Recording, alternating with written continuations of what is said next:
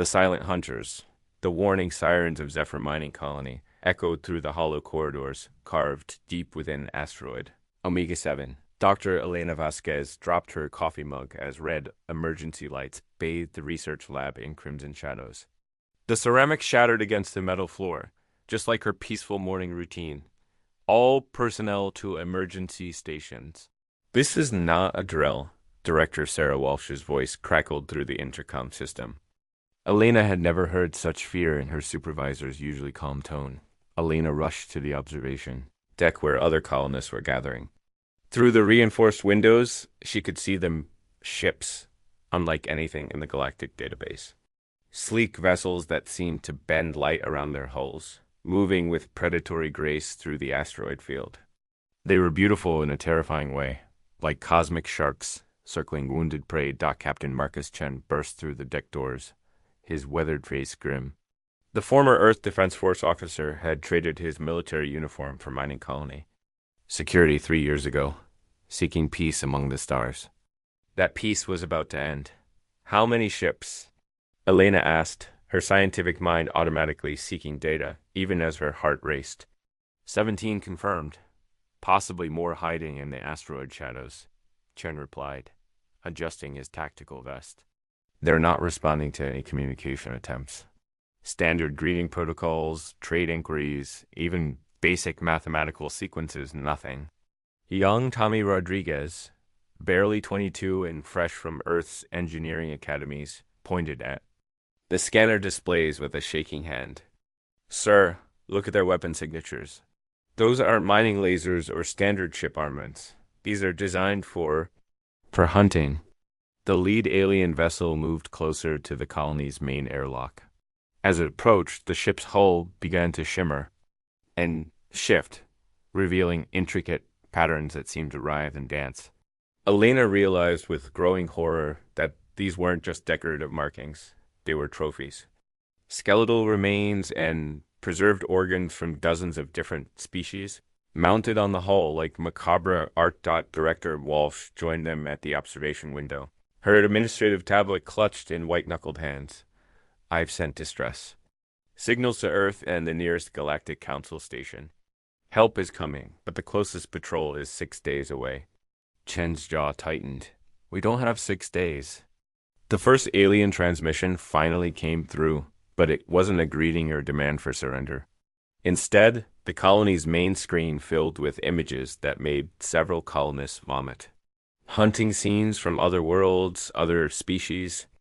The aliens' elbow xenobiology training identified them as likely reptilian based on their heat. Signatures were documenting their kills like safari hunters from old Earth. The transmission's automated translator finally kicked in, converting the alien language into cold, mechanical English. Greetings, soft meat creatures. You have been selected for the Great Hunt. Your species shows promise for sport. We are the Kitherian Empire, masters of the hunting arts. Prepare yourselves, the hunt begins at the next solar cycle. Elena felt her blood turn to ice. These weren't conquerors seeking territory or resources. They weren't even interested in slavery or genetic material. They were hunters, and humans were their next trophy species. They're giving us time to prepare, Chun observed, his military instincts kicking in. That means they want a challenge. They want us afraid, scattered, desperate. Then we don't give them what they want, Elena said, surprising herself with the steel in her voice. We use their arrogance against them. The next 18 hours passed in a blur of desperate preparation. Chen organized the colony's 847 inhabitants into defensive groups, turning mining equipment into weapons and excavation tunnels into fortified positions. Elena worked with the communications team to record everything their attackers' ship designs, weapon signatures, hunting methods. If they didn't survive, at least Earth would know what was coming. Tommy Rodriguez proved invaluable, his young engineering mind finding ways to weaponize industrial equipment. Mining charges became improvised explosives, or processing lasers, or recalibrated for combat. Even the atmospheric processors were rigged to create toxic clouds in certain sectors. As the artificial night cycle began, Elena made a disturbing discovery while analyzing intercepted Cytherian communications. The aliens weren't just random raiders. They were part of a vast empire that specialized in hunting rare and exotic species across the galaxy. Humans had caught their attention because of reports from galactic traders, describing their unusual resilience and creativity. "We're not their first hunt," Elena reported to the Emergency Council. "I've identified trophy remains from at least 40 different species on their ships. Some were spacefaring civilizations. Others were primitive. It doesn't matter to them. If you're interesting enough, you become prey." Director Walsh looked pale. "How many humans do they typically take?" Elena hesitated before answering. "Based on their previous hunts, they'll keep some alive for breeding stock and extended hunting seasons. The rest..." She didn't need to finish. The attack began with surgical precision. Cytherian hunters, tall reptilian beings with 4 arms, and natural camouflage abilities infiltrated the colony through maintenance shafts and emergency airlocks. They moved like shadows, picking off isolated colonists with weapons that fired paralyzing darts. But they had underestimated their prey. The first Cytherian to enter, Sector 7, found himself face to face with Maria Santos, a grandmother of 6 who had spent 40 years operating heavy mining equipment. She killed him with a power drill to the skull before he could draw his exotic hunting weapon. Asterisk in the processing center. A group of Cytherians cornered 15 colonists, including several children. They were selecting which humans to take alive, when Tommy Rodriguez triggered the modified ore crusher, turning the predators into paste in seconds. Elena watched from the command center as the hunt began to go wrong for the aliens. They had expected scattered, terrified prey. Instead, they found coordinated resistance from creatures who had evolved on a world where everything wanted to kill them. Captain Chun led a strike team through the maintenance tunnels, using the colony's security systems to track the invaders. When the aliens tried to use their camouflage abilities, the humans countered with thermal imaging and motion sensors. When the Cytherians attempted to flush them out with gas attacks, the humans used their knowledge of the asteroids' atmospheric systems to redirect the toxins back at their attackers. The turning point came when Elena managed to hack into a downed Cytherian communication device. What she found in their data banks made her stomach turn, but also gave her hope. The aliens had detailed files on hundreds of species they had hunted to extinction. But in all those files, she found no mention of any prey species that had successfully fought back. "They've never lost," she announced over the colony's intercom. "In 3,000 years of hunting, they've never encountered a species that could turn the tables on them. That changed everything." The colonists stopped running and started hunting. Tommy's engineering team turned the asteroid's gravity generators into weapons, creating crushing fields that disabled Cytherian ships. The mining crews used their knowledge of explosives to collapse tunnels strategically, trapping alien hunters in dead-end passages. The children, those precious targets the aliens prized most, became bait in elaborate traps that left Cytherian sport hunters dead in pools of their own blue blood dot by the end of the first day. 12 of the 17 Cytherian ships had been destroyed or disabled. The survivors began transmitting desperate messages, not to the colonists, but to their empire. Elena's translation programs picked up fragments. Impossible resistance. Prey species fights back. Request immediate. Extraction. But it was too late. The hunt had awakened something in the human survivors that their alien attackers had never encountered before. Not just the will to survive, but the burning desire to make their hunters pay for every drop of human blood spilled out as Elena prepared. The final Geta burst to Earth. She looked out at the debris field where alien ships burned in the void. The Cytherians had made a fatal mistake. They had chosen to hunt the children of a death world, descendants of the only species to fight their way to the top of their planet's food chain through intelligence, cooperation, and absolute refusal. To give up Dot, the great hunters were about to learn what it meant to become prey. Asterisk. The Deathworld's Answer Admiral, Jessica Kane, stood on the bridge of the UES Vengeance, watching the tactical display update with each new piece of intelligence from the Zephyr colony survivors. 6 months had passed since Elena Vasquez's desperate transmission reached Earth. 6 months since humanity learned they were being hunted for sport by an alien empire. The response had been swift and decisive. Earth's hidden military assets, kept secret since the formation of the Galactic Council, were finally revealed. Humanity had spent centuries preparing for the possibility that their peaceful neighbors might not remain peaceful forever. Admiral, we have confirmation from all battle groups, reported Commander Sarah Kim from the tactical station. Operation Apex Predator is ready to commence. Kane nodded grimly. The irony of the operation name wasn't lost on her. The Kytherian Empire called themselves Apex Predators, masters of the hunt.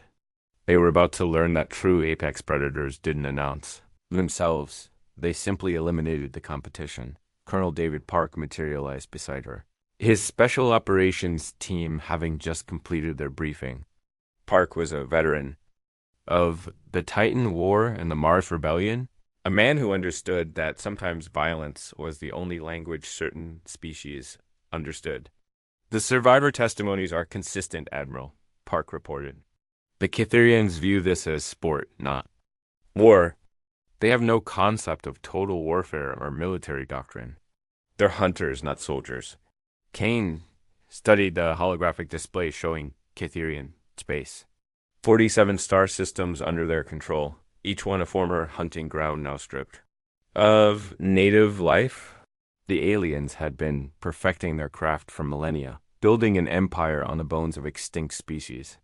Intelligence estimates of their military capabilities, Kane asked.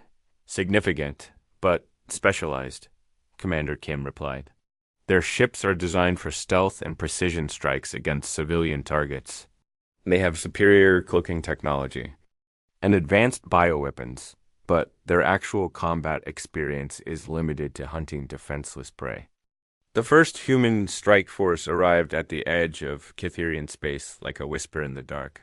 The aliens' long-range sensors, designed to track fleeing prey rather than detect approaching threats, failed to identify the incoming danger until it was too late. The UES Reaper, a stealth destroyer that officially didn't exist, materialized inside the Kytherian border. System of Centaur Prime. The alien patrol fleet had exactly 14 seconds to process what they were seeing before. Reaper's weapons turned 3 hunting vessels into expanding clouds of superheated plasma. Captain Elena Vasquez, now serving as xenobiological warfare specialist aboard the command ship, watched the engagement from the tactical center. She had volunteered for this mission, driven by memories of the colonists who hadn't made it out of Zephyr alive. First, blood to us, she reported. The Kytherians are transmitting on all frequencies, confusion, panic, demands for identification. They've never been the ones surprised before. Admiral Kane allowed herself a cold smile. Begin Phase 2. Across 17 star systems simultaneously, human strike teams began systematic elimination of Kytherian hunting infrastructure. Not their homeworlds, not yet, but the specialized facilities where they processed their catches. The breeding centers where they maintained captive populations of various species. The trophy worlds where their elite displayed their kills. The Kytherians' response was everything human intelligence had predicted. Instead of mobilizing for war, they increased hunting activities, desperately trying to capture humans to understand their enemies better. It was the reaction of predators, not soldiers, Colonel Park's special operations teams were waiting for. Them, on Hunting Ground Designation 7. A world the Kytherians had terraformed specifically for pursuing their prey through artificial environments. Human commandos turned the tables. When Kytherian hunters arrived expecting to track down human refugees, they instead found themselves trapped in a carefully orchestrated ambush. The aliens had superior physical capabilities, forearms, natural camouflage, enhanced senses, but they had never faced prey that fought back with military precision. Human soldiers used their enemies' hunting instincts against them, creating false trails that led to kill zones. using the aliens' own trophy displays as improvised weapons. Kami. Rodriguez, now serving as a combat engineer aboard the UES Retribution, watched the tactical feeds with grim satisfaction. The young man had aged years in the months since Zephyr Colony, his easy smile replaced by the hard expression of someone who had seen too much death. They're learning, he observed, noting changes in Cytherian tactics. Third wave is trying to adapt, using pack hunting methods instead of individual stalking. Too little, too late, Colonel Park replied from the command center. You can't learn military doctrine in the middle of a war, especially when your entire culture is built around hunting defenseless targets. The tide truly turned when Admiral Kane authorized Phase 3, direct assault on Cytherian military installations. The aliens finally understood they were facing an existential threat. But their attempts to organize proper resistance were hampered by their fundamental nature. Cytherian commanders couldn't conceptualize warfare as anything other than elaborate hunts. They issued challenges, demanded formal duels, tried to establish hunting rules that would limit human weapons and tactics. Each attempt at traditional Cytherian protocols was met with overwhelming firepower. From species that had learned warfare on a world where evolution itself was an arms race. The siege of Vexthara, the Cytherian military stronghold, lasted exactly 47 minutes. Human naval doctrine, refined through centuries of conflict simulation and historical study, overwhelmed alien defenses designed to repel boarding parties and individual hunters, not coordinated fleet actions, thought Elena Vasquez. Was among the first humans to board the defeated fortress. Walking through corridors lined with trophies from 1,000 extinct species, she felt a cold satisfaction. Each display case represented genocide, entire civilizations reduced to curiosities for alien fortress's central chamber. She found Cytherian Emperor Vextar himself, the being responsible for 3 millennia of galactic hunting. The massive reptilian alien was surrounded by the preserved remains of his favorite kills, including what appeared to be the last survivors of dozens of species. You fight without honor, Vextar hissed through his translator. No proper challenge, no rules of engagement. You attack like mindless beasts. Elena looked at the trophy cases surrounding them, at the preserved children of extinct species displayed like artwork. We learn from the best teachers, she replied coldly. End came not with a climactic battle, but with systematic dismantling. Human forces didn't just defeat the Cytherian Empire, they erased it. Every hunting ground was liberated, every trophy world turned into a memorial for the extinct species. The Cytherians themselves were relocated to carefully monitored reservations. Their hunting technology destroyed. Their culture of predation ended forever. Word of humanity's response spread throughout the galaxy, faster than their warships. Species that had existed in terror of Cytherian hunters suddenly learned that the galaxy's most feared predators had been eliminated by the primitive humans most had dismissed as irrelevant. Admiral Kane stood in the council chambers of the former Cytherian capital, now converted into a memorial complex. Representatives from 47 liberated species had gathered to witness the formal end of the hunting empire. The galaxy believed in rules, she addressed the assembled aliens. Laws, treaties, civilized discourse. The Cytherians believed in strength, in the right of predators to take whatever they could kill. Both were wrong. She gestured to the memorial walls, where the names of extinct species were carved in crystal.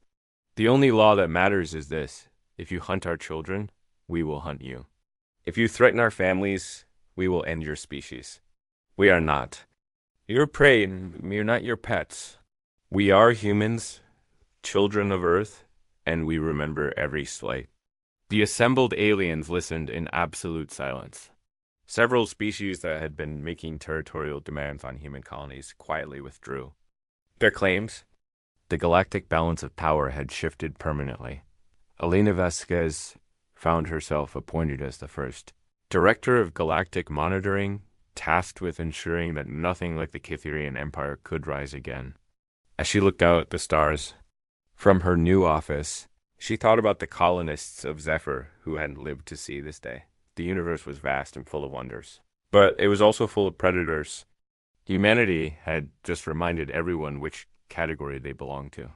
The Great Hunt was over, and for the first time in 3,000 years, the predators had become prey dot in the depths of space. Human ships continued their patrols, ensuring that the galaxy's new apex predators were the guardians, not the hunters.